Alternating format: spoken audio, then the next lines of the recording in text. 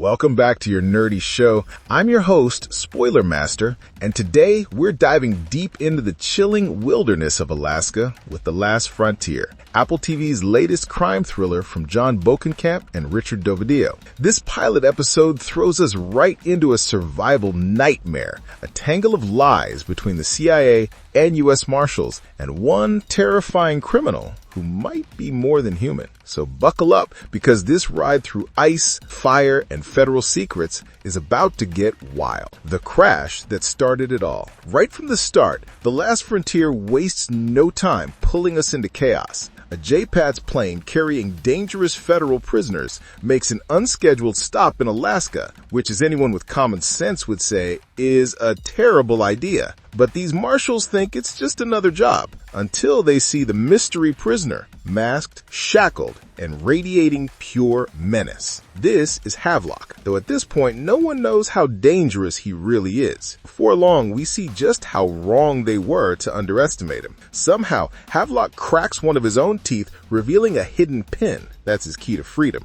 Moments later, one of the plane's engines explodes. Coincidence? Not a chance. The plane crashes into the icy Alaskan wilderness, leaving a handful of survivors, including a few convicts who waste no time turning violent. This is where we meet our main man, Frank Remnik, Supervisory Deputy U.S. Marshal, played by Jason Clarke. Frank's the kind of old-school lawman who's done it all, and just when he's thinking about retiring to a quiet life with his wife Sarah and their teenage son Luke, fate decides to drop a flaming airplane full of convicts into his backyard. Frank Remnik's world. When we first meet Frank, he's trying to be a good husband. He's promised Sarah they'll finally open the bed and breakfast they've dreamed of, but Sarah's not convinced. She knows Frank. The job always comes first. And she's right to be worried, because the call about that plane crash comes in before Frank even has a chance to breathe. He heads out with his best friend and fellow marshal, Donnie, and their partner, Hutch. From the chopper, they spot the crash site,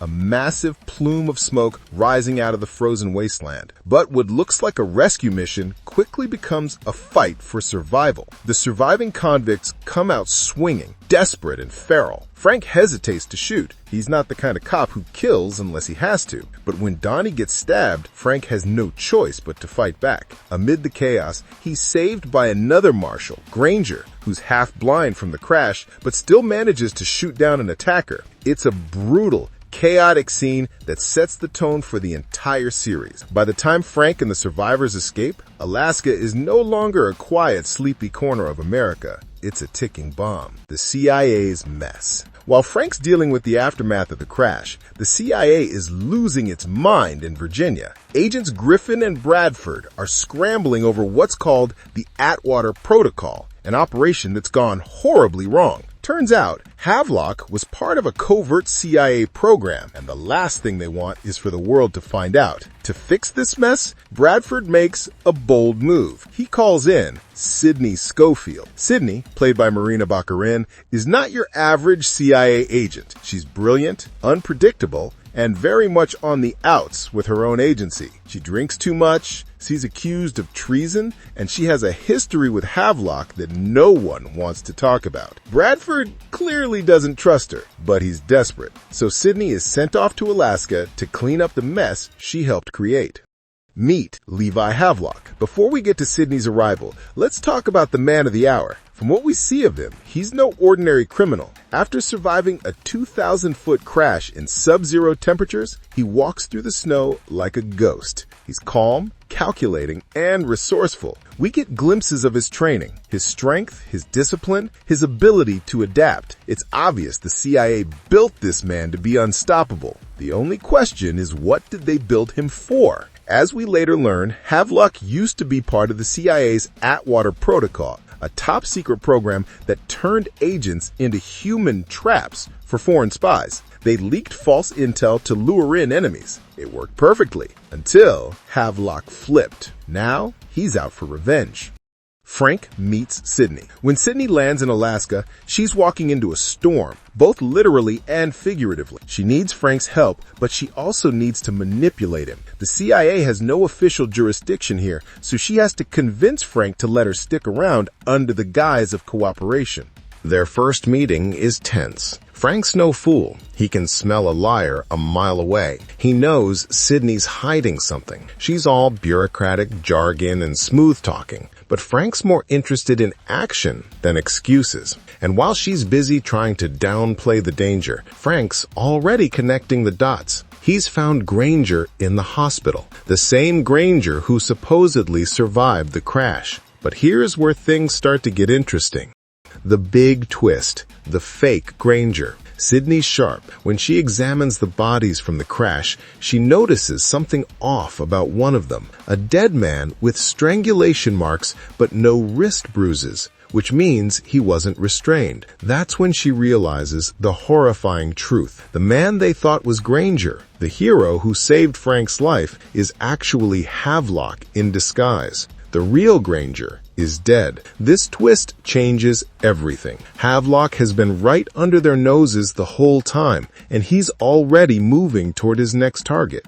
Havlock's game. While Frank and Sydney are arguing over jurisdiction, Havlock is 2 steps ahead. He's been hiding out near a weather observer's cabin belonging to Zeb Weber, a quiet old man who's no match for Havlock. Zeb manages to send out a distress signal before Havlock finds him. The marshals and Sydney trace the signal and rush to the cabin. But when they arrive, things go south fast. The FBI agents accompanying them are gunned down. Frank, still reluctant to kill, hesitates when Havlock takes Zeb hostage. Sydney, ever the pragmatist, releases one of Zeb's dogs to attack Havlock, a move that nearly kills him. But here's the kicker. When the smoke clears, Sydney drops a bombshell. The man they just fought isn't Havlock. That's right. They've just killed the wrong guy.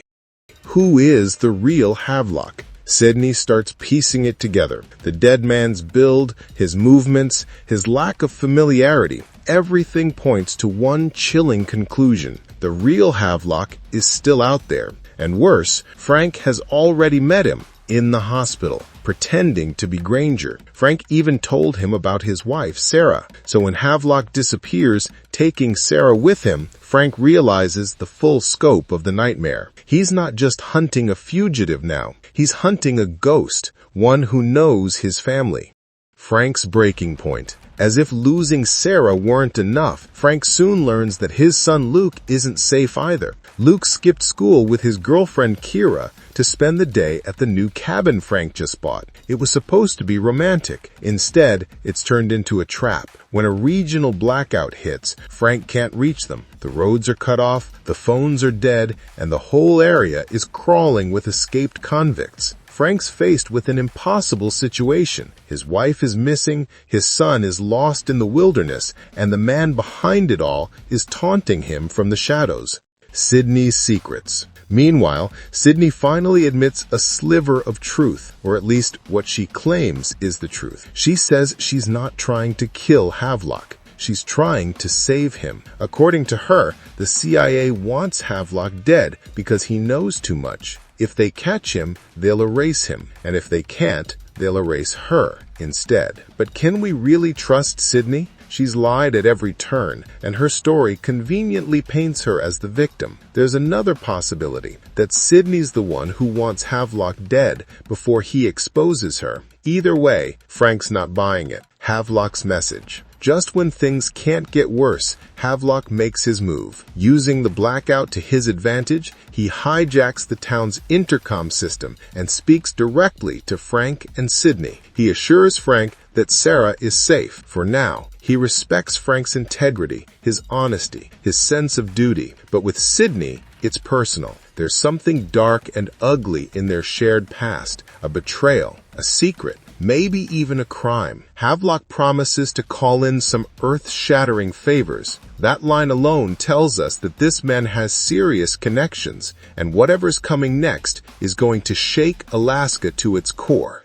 The final scene. As the episode closes, we cut to a father and son camping in the snow, the same duo we met at the very beginning. They finally see the northern lights, a beautiful moment of peace after a terrifying night. But that peace doesn't last. A stray convict steps out of the darkness and takes them captive. Their screams echo through the frozen air as the camera pans up to the glowing sky. the aurora shimmering over a land that's about to descend into total chaos. Meanwhile, Frank stands at the edge of the disaster he's now responsible for. His best friend dead, his wife kidnapped, his son missing, and a CIA-made monster loose in the wild.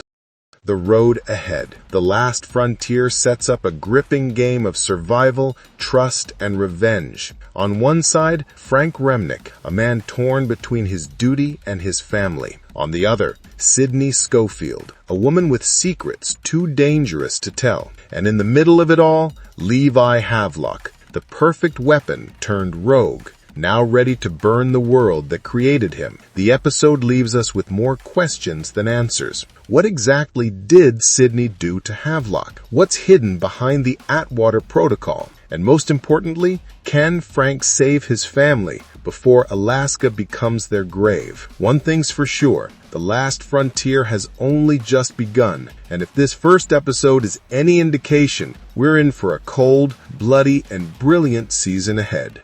Our nerdy thoughts. So, what did you think of The Last Frontier's first episode? Is Havlock the ultimate anti-hero, or just another experiment gone wrong? And do you think Sydney's really trying to save him or herself? Drop your theories in the comments below. Hit that like button if you enjoyed the breakdown, and don't forget to subscribe for more deep dives into your favorite shows. No, what the heck, I'll laugh anyway.